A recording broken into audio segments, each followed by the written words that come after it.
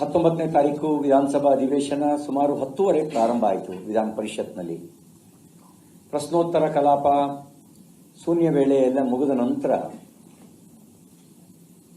ಅಂಬೇಡ್ಕರ್ ಭಾವಚಿತ್ರವನ್ನು ಇಟ್ಕೊಂಡು ಅವರು ಬಂದಿದ್ರು, ನಾವು ಬಂದಿದ್ವಿ. ನಾವು ಅಂಬೇಡ್ಕರ್ ಅವರಿಗೆ ಕಾಂಗ್ರೆಸ್ ಹೇಗೆ ಅಪಮಾನ ಮಾಡ್ತು ಅನ್ನೋದನ್ನ ಎಳೆ ಎಳೆಯಾಗಿ ಬಿಡಿಸಿಟ್ವಿ. ನೀವು ಅವ್ರನ್ನ 2 ಬಾರಿ ಸೋಲಿಸಿದ್ರಿ, ಬದುಕಿದ್ದಾಗಲೂ ಅಪಮಾನ ಮಾಡಿದ್ರಿ, ಸತ್ತಾಗಲೂ ಅಪಮಾನ ಮಾಡಿದ್ರಿ ಅನ್ನುವ ಸಂಗತಿಯನ್ನ ಎಳೆ ಎಳೆಯಾಗಿ ಬಿಡಿಸಿಟ್ವಿ. ಒಮ್ಮೆ ಅಡ್ಜರ್ನ್ ಆಯಿತು, ಅವರು ಘೋಷಣೆ ಕೂಗ್ತಾ ಇದ್ರು, ನಾವು ಘೋಷಣೆ ಕೂಗ್ತಾ ಇದ್ವಿ. 2ನೇ ಬಾರಿ ಮತ್ತೆ ಸಭೆ ಸೇರಿದಾಗ ಅದೇ ಪುನರಾವರ್ತನೆ ಆಯಿತು, ಆಗಲೂ ಕೂಡ ಅಡ್ಜರ್ನ್ ಆಯಿತು. ಅದರ ನಂತರ ನಾನು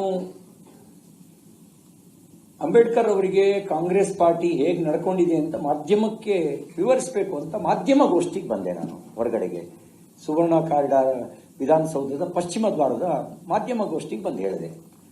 ಮಾಧ್ಯಮ ಗೋಷ್ಠಿ ಮುಗಿಸಿ ಹೋಗಬೇಕಾದ್ರೆ ಒಂದಿಬ್ಬರು ಪತ್ರಕರ್ತರು ಹೀಗೆ ಹೇಳ್ತಾ ಇದ್ದಾರೆ, ನಿಮ್ಮ ಮೇಲೆ ಅಶ್ಲೀಲ ಪದ ಬಳಸಿದ್ರಿ ಅಂತ ಆರೋಪ ಮಾಡ್ತಿದ್ದಾರೆ ಅಂತ ಹೇಳಿದರು. ನಾನು ಒಂದು ಮಾತನ್ನು ಹೇಳಲಿಕ್ಕೆ ಬಯಸ್ತೇನೆ.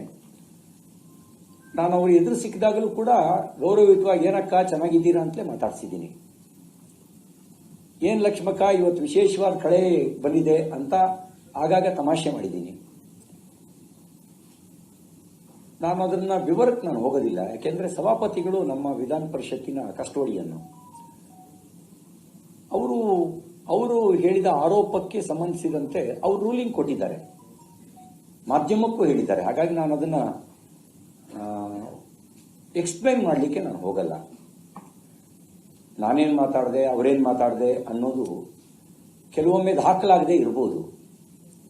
ಆದರೆ ಅಂತರಾತ್ಮ ಮತ್ತು ಪರಮಾತ್ಮನಿಗೆ ತಪ್ಪಿಸಿ ಯಾವುದೂ ನಡೆಯಲ್ಲ. ಎಲ್ಲ ಸಂಗತಿಗಳು ಕೂಡ ಅಂತರಾತ್ಮ ಮತ್ತು ಪರಮಾತ್ಮನಿಗೆ ಗೊತ್ತಾಗ್ತವೆ.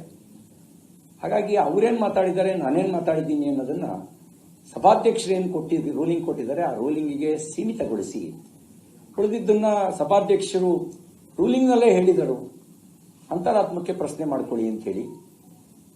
ನನ್ನ ಅಂತರಾತ್ಮಕ್ಕೂ ನಾನು ಪ್ರಶ್ನಿಸ್ಕೊಂಡಿದ್ದೀನಿ. ನಾನು ಪ್ರತಿನಿತ್ಯ ನನ್ನನ್ನು ನಾನು ಪ್ರಶ್ನಿಸಿಕೊಂಡು ಒಳ್ಳೆಯದನ್ನ ಮುಂದುವರಿಸಿಕೊಂಡು ತಪ್ಪುಗಳನ್ನ ಬಿಡ್ತಾ ಹೋಗೋದು ನನ್ನ